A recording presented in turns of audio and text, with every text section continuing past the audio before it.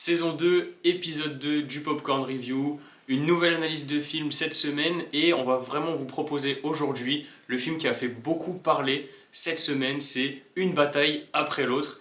Et on va voir dans cet échange que le réalisateur Paul Thomas Anderson a vraiment utilisé toute son inspiration. On va le voir tout de suite. Alors Adam, j'ai 3 questions à te poser par rapport à Une bataille après l'autre. Je vais commencer avec la première. Donc on a vu avec ce film que vraiment il était déjà très complet. C'est vraiment ce qui en ressort avec des genres cinématographiques et des émotions voilà, très mixées. Est-ce que pour toi ça fait un bon ensemble et est-ce que voilà, tu as trouvé que cette ambition elle était finalement justifiée? Je ne sais pas trop. Parce que j'ai tendance à trouver que la simplicité, c'est quand même ce qui prime le plus. Et que quand on mélange trop, ça devient un peu indigeste. Là, ça marche quand même. Mais bon, c'est pas un truc que j'aurais tendance à vraiment encourager. Parce que D'accord. je me dis, voilà, si plus on va mettre de choses différentes, plus tu vas faire passer le spectateur. Alors oui, c'est une expérience qui va marquer. Mais je pense qu'au bout du compte, c'est peut-être pas celle que tu préfères parce que tu passes par tout et tu comprends pas forcément. Là, effectivement, on a ri, il y a eu de l'émotion, il y a eu un peu un côté thriller aussi. Franchement, ils étaient tous présents, mais effectivement, au bout du compte, je sais pas comment je le classerais. Ok. Je sais pas, il est un peu à part. Ah ouais. Donc finalement, je sais pas.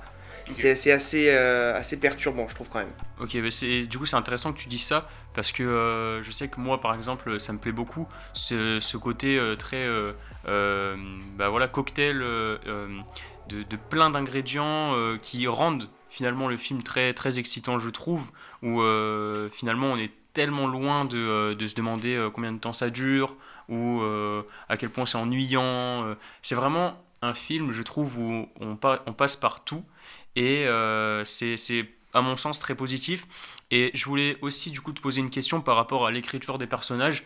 Moi j'ai quand même le sentiment qu'il y a un personnage qui est l'antagoniste presque parfait, tu vas me dire ce que tu en penses.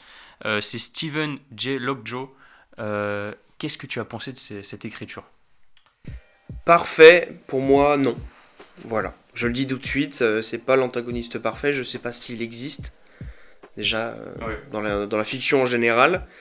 En ce qui concerne son développement, j'ai beaucoup aimé le début, Mhm. parce que c'était assez atypique, voilà, la façon dont on l'introduit, dont on le revoit, ce qu'on apprend un peu plus tard, voilà, là-dessus j'ai trouvé très bon. Après, c'est vrai que pour un antagoniste, il y a un peu un paradoxe, mais qui vient du jeu d'acteur, parce que il fait beaucoup le frustré, Ouais, les on grimaces. sent voilà, les grimaces un peu constantes, la démarche aussi, qui, je trouve, parfois tourne un peu au ridicule.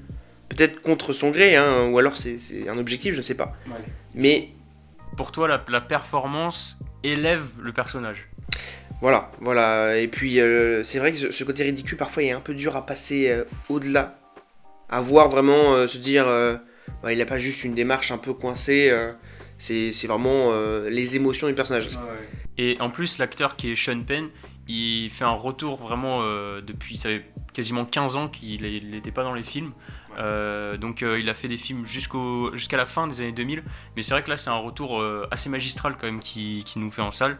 Et je vais enchaîner avec la troisième question, vraiment sur l'histoire, sur le scénario. Moi, j'ai trouvé, et ça m'a vraiment frappé, que le scénario, il est en permanente avancée. Qu'on ne cherche pas à revenir en arrière, à expliquer les causes, les conséquences. On est vraiment transporté. Est-ce que tu as vécu pareil? Oui, entièrement. Alors c'est vrai que c'est pas le choix que font tous les films, faut quand Ouais. même le souligner. Il n'y a aucun flashback, tout ce qui va être nécessaire à la compréhension va être montré, Mhm. mais entre guillemets dans l'ordre. C'est-à-dire que on a du coup une introduction du film qui est plutôt longue, où au début on se demande quand même, parce que le film fait 2h40, Ouais. l'intro commence, voilà, je pense qu'elle fait facile une demi-heure, 40 minutes. On se dit quand même, c'est quoi l'intrigue, je comprends pas. Mhm. Et après, on comprend après, mais forcément, le temps de tout mettre en place pour qu'ensuite on n'ait pas besoin de revenir en arrière, ça fait un peu long. Mais le point positif de ça, c'est quand même que on a un écoulement très fluide, voilà, du film. Il n'y a pas de cassure. Ok. Le rythme, dans les moments un peu de tension, il vient jamais être cassé par un flashback ou quoi que ce soit qui vient expliquer. Franchement, là-dessus, c'est super.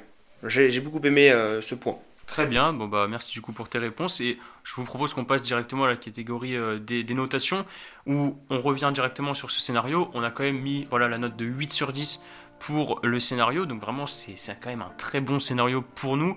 Un scénario qui en plus, si on peut peut-être l'évoquer comme ça, démarre, on a tout de suite la tête dedans. Ça démarre à toute allure, encore une fois, même voilà, on en avait déjà parlé la semaine dernière. Là on est encore sur un film où dès le début c'est le rythme, c'est finalement les grands enjeux. Voilà, il faut libérer les migrants. Et c'est pour ça aussi que je rejoins ce que tu dis. Au début du film, on se dit presque ça va être un film politique. Et finalement, oui et non, il joue sur plusieurs terrains.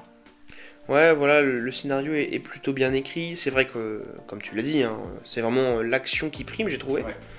Donc, un début très actif, que je trouve agréable, d'autant plus au vu de la longueur du film. Ça vient... 2h40. Voilà, 2h40, ça crée de la tension, ça le fait passer un peu plus vite, je trouve. Donc c'est aussi intéressant. Ok. Et en ce qui concerne, voilà, t'avais dit un peu l'intrigue. Ouais. L'intrigue, franchement, elle est plutôt bien élaborée, je l'ai trouvée assez intéressante. Et effectivement, ce côté politique, on retrouve pas tout le temps, parce qu'il y a vraiment tout un aspect... alors forcément... Voilà, révolutionnaire, ça aborde évidemment la question du racisme, mais ça vient aussi aborder plus la question d'un père et de sa fille, voilà, qui franchement, et là c'est le côté un peu touchant, qui est très agréable à voir également. C'est ça, et du coup je trouve que sur vraiment cette élaboration des personnages, on a aussi mis une très bonne note, à 8 sur 10 quand même. C'est vrai que c'est un film qui, on va le voir hein, dans les caractéristiques, il va être très bon dans beaucoup de choses, et les personnages ça en fait partie, des personnages qui sont quasiment tous très utiles à l'histoire en fait, si on doit le résumer comme ça. Oui, franchement moi je retiendrai 5 personnages, je pense. Il y a bien évidemment donc, Bob Ferguson et Willa Ferguson, le père et sa fille, l'antagoniste, Stephen Lockjaw. Et après, il y en a deux qui se battent un peu en duel. Il y a la mère qu'on voit qu'au début finalement, Perfidia. Il y a Sensei, voilà, le maître Kung Fu, judo, je sais pas trop. Voilà, mais qu'on voit quand même, probablement, qui vient sauver un peu la peau de Bob un peu tout du long finalement. Non, franchement, les personnages sont plutôt sympas. On s'y attache bien, même l'antagoniste, voilà. On s'y attache quand même au bout du compte, malgré tout. Peut-être que ce côté un peu ridicule de temps en temps. C'est dingue presque de le dire, hein, parce que on pourrait se dire, si vous allez voir le film, vous allez vraiment vous dire, mais quel personnage ridicule, quel personnage atroce, il a quasiment tous les défauts ou presque. Et c'est vrai que ce que tu dis, c'est quand même très pertinent, ça montre aussi l'intelligence dans l'écriture. Et en lien avec ça, des performances tout à fait honorables, parce qu'on arrive quand même aussi à 8 sur 10. Plusieurs acteurs qui se dégagent. Évidemment, DiCaprio au cinéma, ça fait souvent des ravages, mais on a du coup, forcément, on a parlé de Sean Penn, il y a aussi Chase Infinity dans le rôle de la fille, Teyana Taylor dans le rôle de la mère. Des très belles performances. Oui, alors effectivement, moi, là où j'aimerais souligner un peu, c'est surtout Chase Infinity, parce que c'est vrai que Leonardo DiCaprio, bon, il a été excellent, hein, mais... Il était vraiment, j'ai trouvé, dans son baggy, quoi. Il était vraiment dans ce qu'il sait faire. C'était tellement pas forcé. Il était en toute facilité. Il était dans son élément, et finalement, voilà, ça n'étonne même plus. Voilà. Chase Infinity, donc, qui joue la fille, qui a quand même su... voilà, j'ai trouvé qu'elle a donné de l'âme à son personnage, c'était vraiment bien joué. D'autant plus qu'elle a quand même pas mal de temps d'écran, elle aussi. Oui.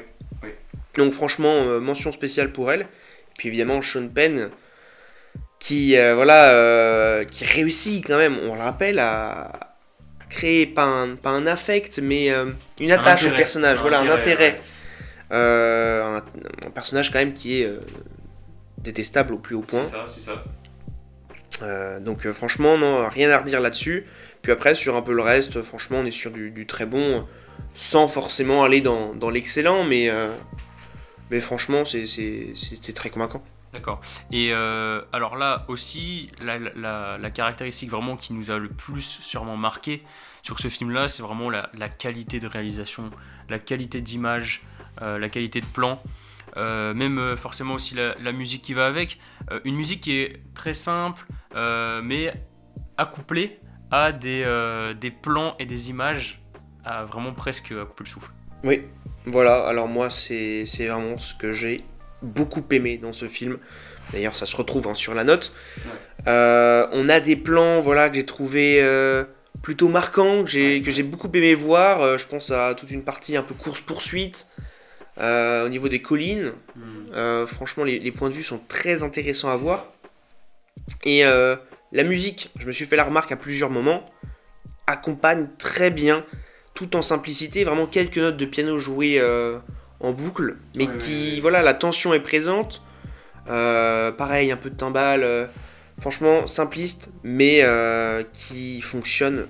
Et il y a un élément de curiosité, c'est vraiment, bon, on le voit forcément au talent de Paul Thomas Anderson, mais ce côté aussi presque d'inspiration, où il est capable de faire des cuts. Très souvent, il cherche pas tout le temps à faire les transitions. Il y a une vraie variation dans sa réalisation. Et je trouve, tu me compléteras peut-être, j'ai vraiment eu l'impression de presque regarder un Scorsese ou un Francis Ford Coppola. Par exemple, vraiment sur aussi la façon dont il était capable de capter des longues séquences mixées à des séquences beaucoup plus courtes. Oui, là j'accepte la comparaison. Je suis plutôt en accord avec ce que tu me dis. Non, franchement, c'est très fort. Hein, et puis encore une fois, toute cette histoire de réalisation, c'est primordial, d'autant plus pour un film de cette longueur, de cette durée, parce que forcément, si c'est mal fait, tu t'ennuies. Et là, moi, je me suis pas ennuyé.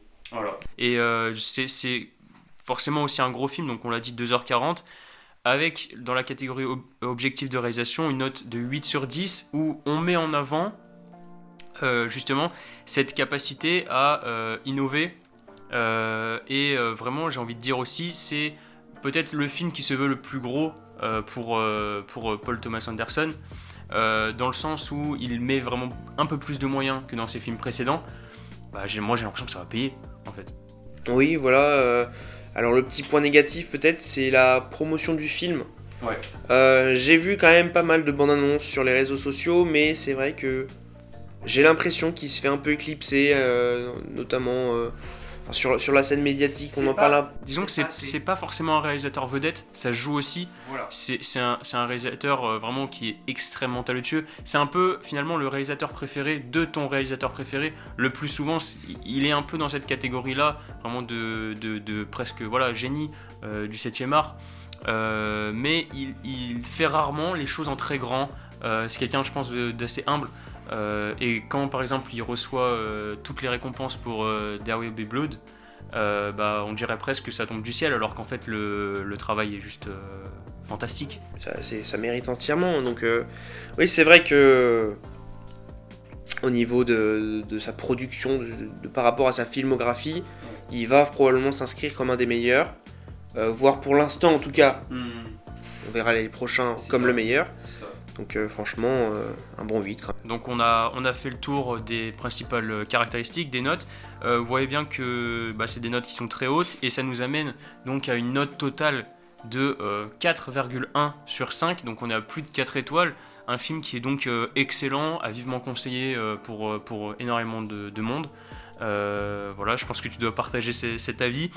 Écoutez, on vous remercie d'avoir... d'une nouvelle fois nous avoir écoutés. Ça a été une analyse quand même assez riche. On vous propose ça de façon un peu plus courte. Je pense que vous le préférez aussi. Mais voilà, merci beaucoup. Et à la semaine prochaine pour une nouvelle review.